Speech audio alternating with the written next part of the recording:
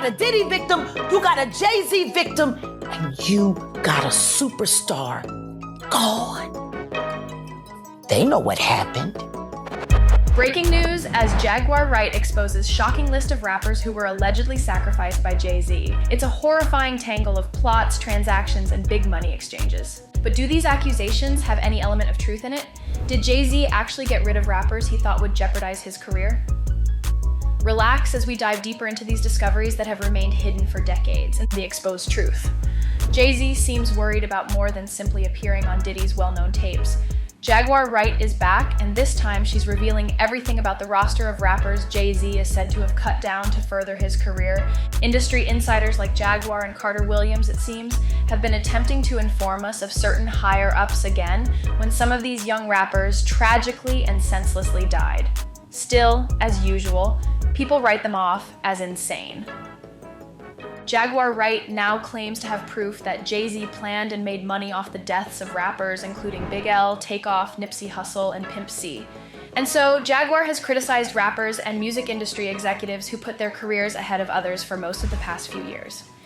Jaguar's hit list has always included Jay-Z at the top, but nevertheless, Jaguar has never waited to tell us how wicked she thinks Jay-Z is when it comes to him. The well-known rapper Jaguar claims that Jay-Z is even worse than Diddy, and not just when it comes to ladies and other shady things that go on behind closed doors.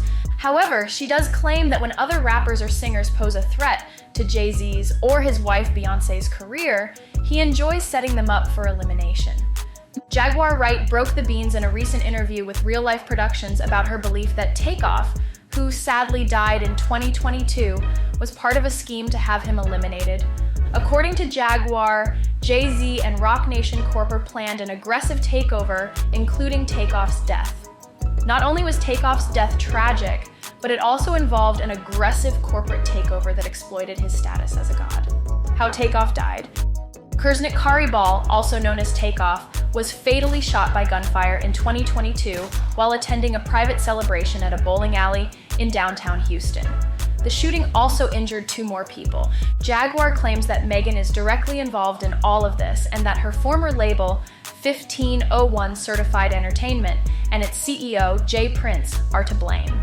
Because of how terrible and senseless Takeoff's death was, it shocked the hip-hop community and continues to cause pain for the Migos and his fans. Meanwhile, Takeoff and his bandmate Quavo had attended a private party that ended at around 1 in the morning. They decided to hang out and have fun with some of the guys they went to the party with. It was stated that police were called to a Houston bowling alley known as 8810 Billiards at around 2:30 a.m. that fateful night regarding a man who had been shot. The absurd thing is that Takeoff had no direct involvement in the activities that preceded the shooting. Takeoff and Quavo were reportedly playing dice when Quavo and a few other people got into a fight. After a chain of events, someone fired, unintentionally striking Takeoff. Quavo and a few other guys present called for assistance as Takeoff was about to die. Tragically, Takeoff was declared dead at the scene, while the other 2 were hospitalized due to their injuries. Many fans at the time believed that Quavo was to blame for Takeoff's passing due to his reckless behavior in associating with such people. Was it just a game? Or was it a setup to end Takeoff's life? Could Jaguar be right about her claims? Quavo had uploaded a video of himself driving around the city with James Prince's son, Jazz Prince, earlier that evening.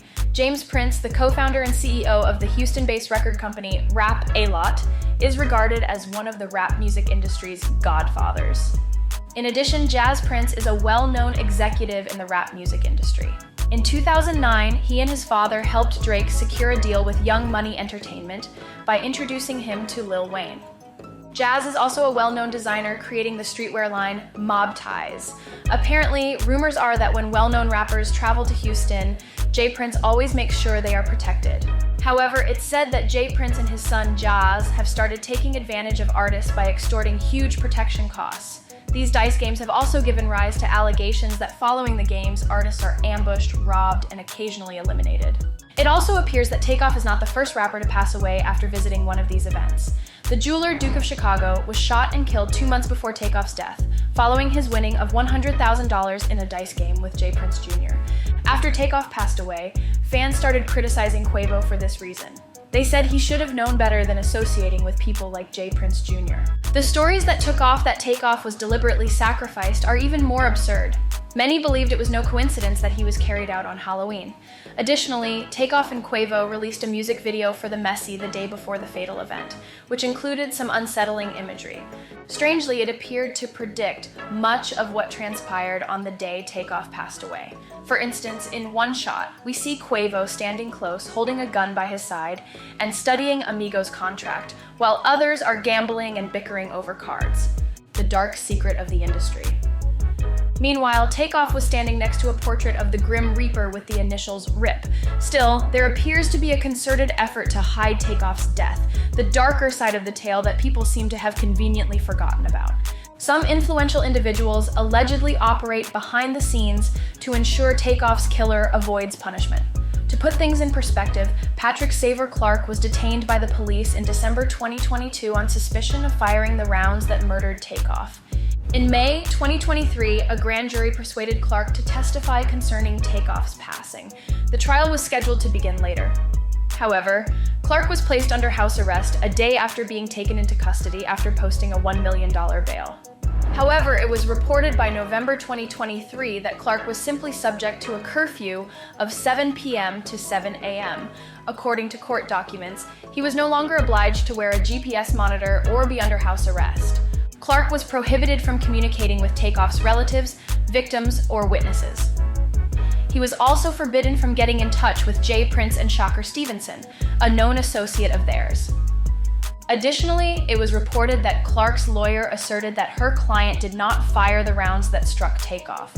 Meanwhile, the evidence that the police utilized to identify Clark as the gunman was inadmissible in court. The lawyer went on to say that Clark intended to enter a self-defense plea and that the shot was initiated by someone else. He was attempting to escape alive, so it appears he was in the same situation as Takeoff. Therefore, he was just in the wrong place at the wrong time and had nothing to do with the argument. This begs the obvious question.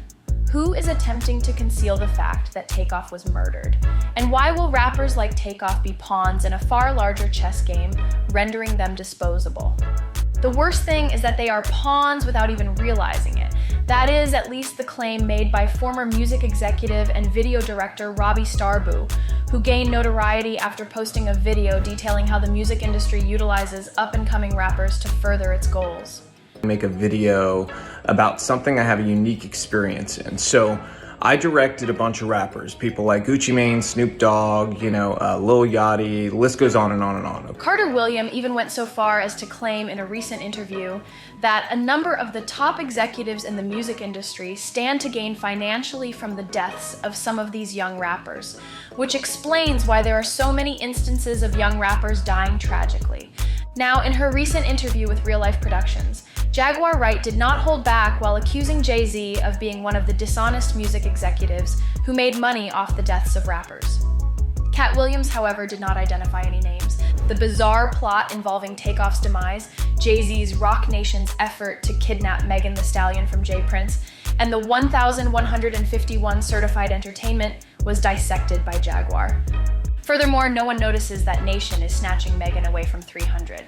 It seems that following Takeoff's death, Megan's career was completely taken over, and the Prince family was forced to leverage and let her go against their will. What do you think about these shocking revelations? Is there any truth to this claim? Was Takeoff's death a natural one? Please drop your thoughts in the comment section below. Join us for more exciting and juicy videos by clicking on any of our videos on your screen.